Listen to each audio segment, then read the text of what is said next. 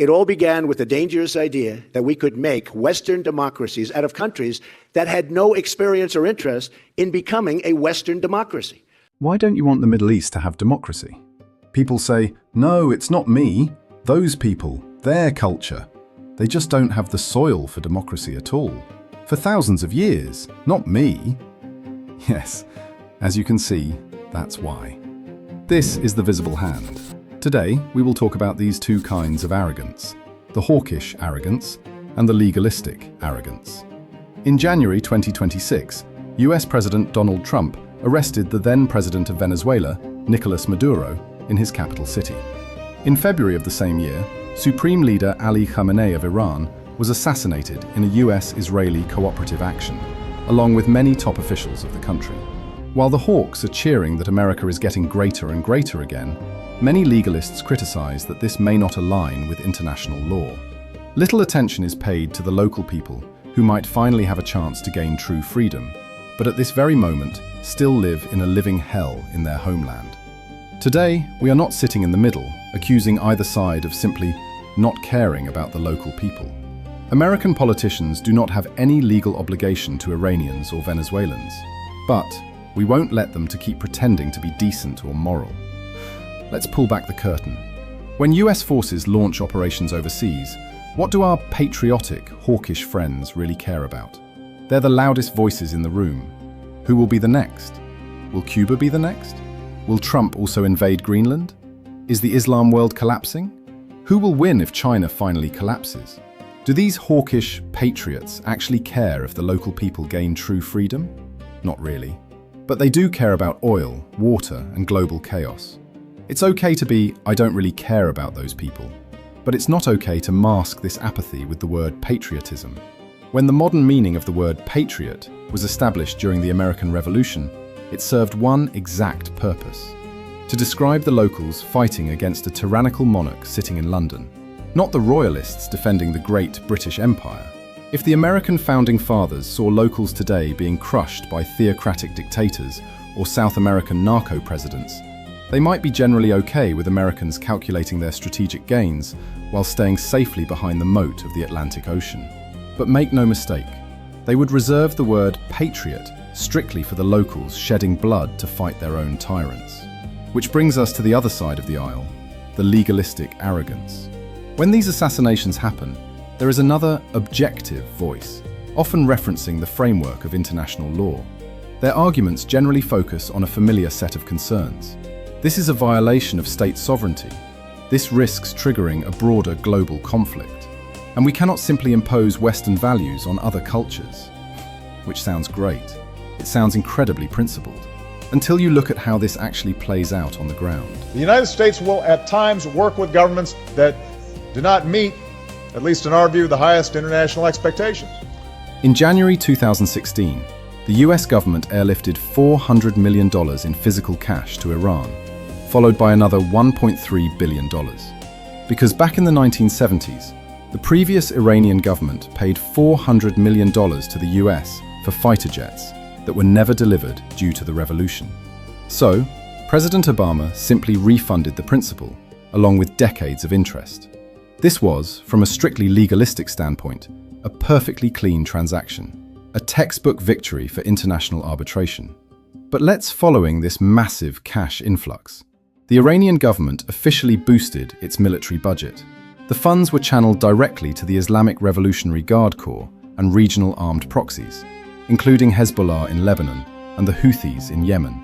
As long as the legal paperwork is flawless and the illusion of respecting sovereignty is maintained, these legalists are perfectly fine looking the other way when the refunded cash is converted into rockets. Let's be clear. The President of the United States does not have the right to unilaterally take this country to war, even against a corrupt and brutal dictator like Maduro. The corrupt and brutal dictator, the corrupt and brutal dictator, the corrupt and brutal dictator like Maduro. Look at this. War fronts would cry about losers in this Iran war disaster. From Dubai billionaires to the Indian stock market, from the global energy price to the affected supply chain.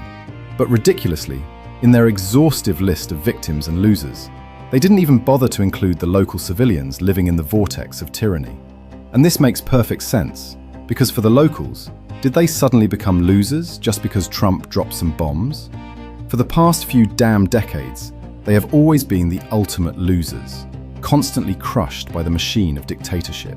We cannot selfishly ask channels like Warfronts to empathize with the locals, since they are too busy being angry that their peaceful lives and the global supply chain were disrupted by those explosions. More importantly, compared with those businesses worth tens or hundreds of billions, shouldn't the local civilians of a dictatorship, who have already endured this for so many years anyway, finally learn to be a little more sensible?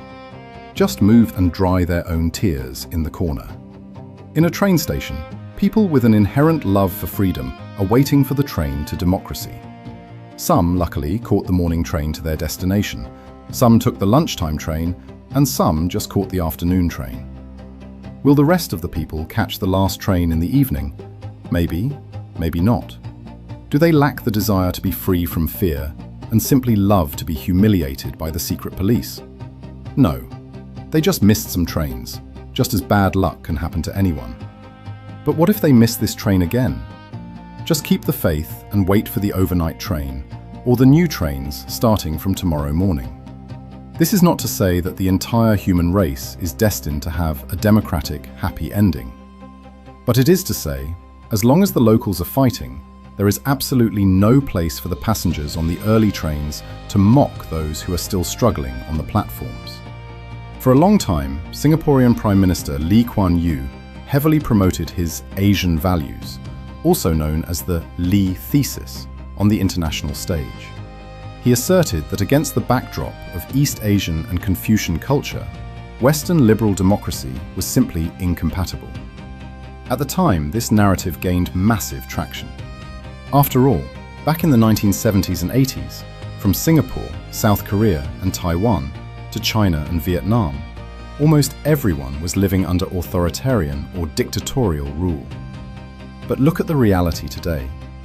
A free South Korea and Taiwan have not only achieved democratization, but also enjoyed sustained economic booms. Even the Singaporean government, which originally championed this view, seems to be actively stepping out of the shadow of family rule with the succession of Lawrence Wong.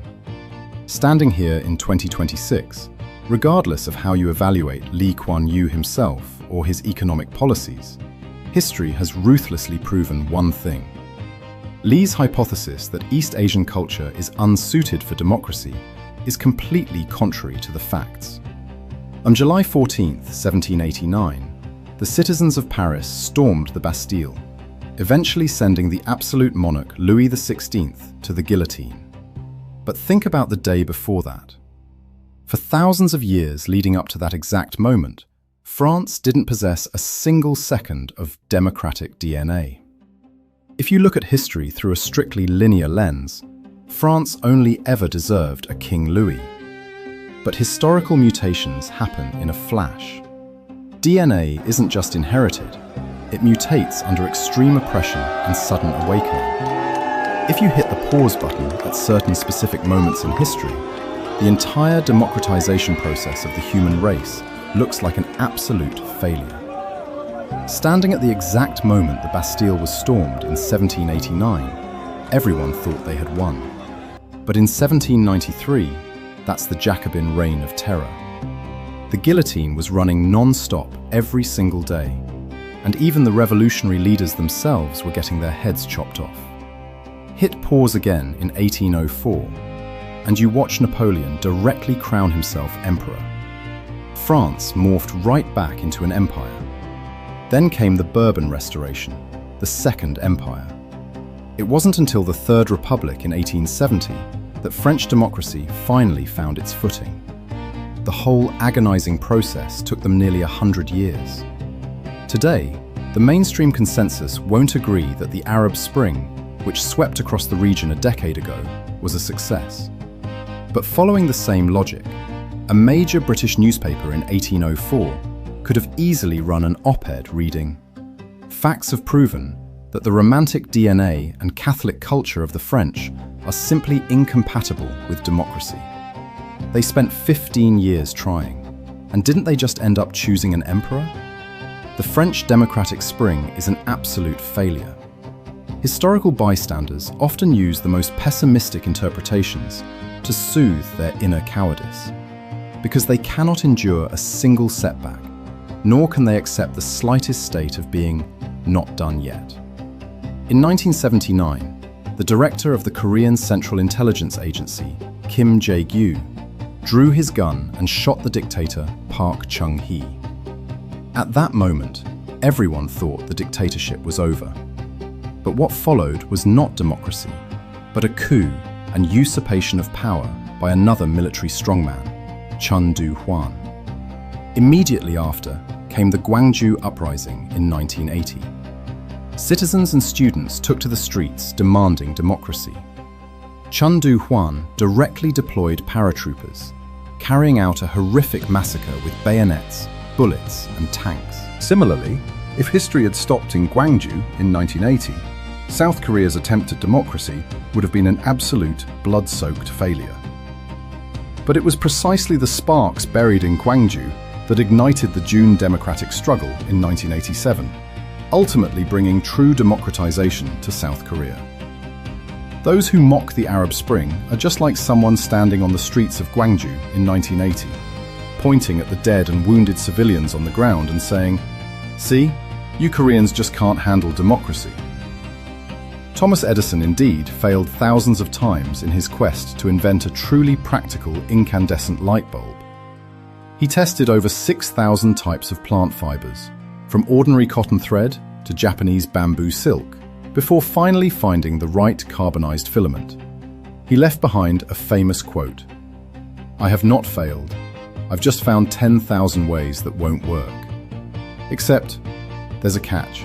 He never actually said that about the light bulb. He said it years later while struggling to invent a battery. I did miss this historical detail in the first place, but that doesn't stop me from putting a footnote right here. Similarly, the underlying logic still holds up. You don't get the French Revolution in one clean shot. You don't get South Korea's democratization without historical detours. Finding the dead ends is just the necessary, bloody reality of getting it right.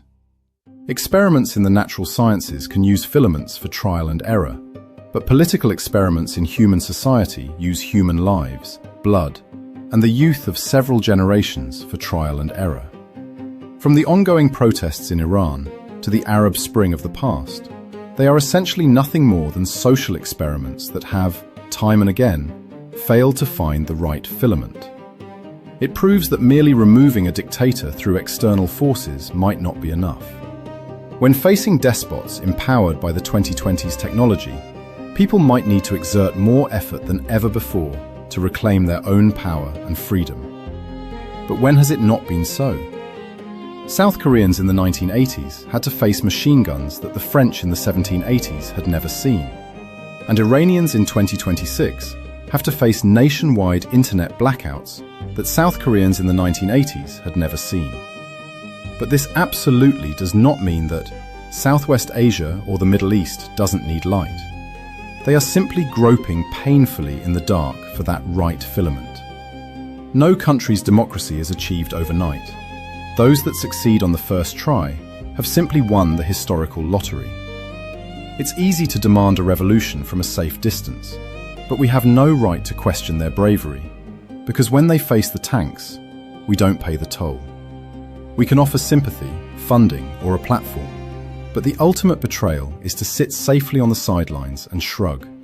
Your DNA just isn't built for democracy. This isn't neutrality, it's complicity.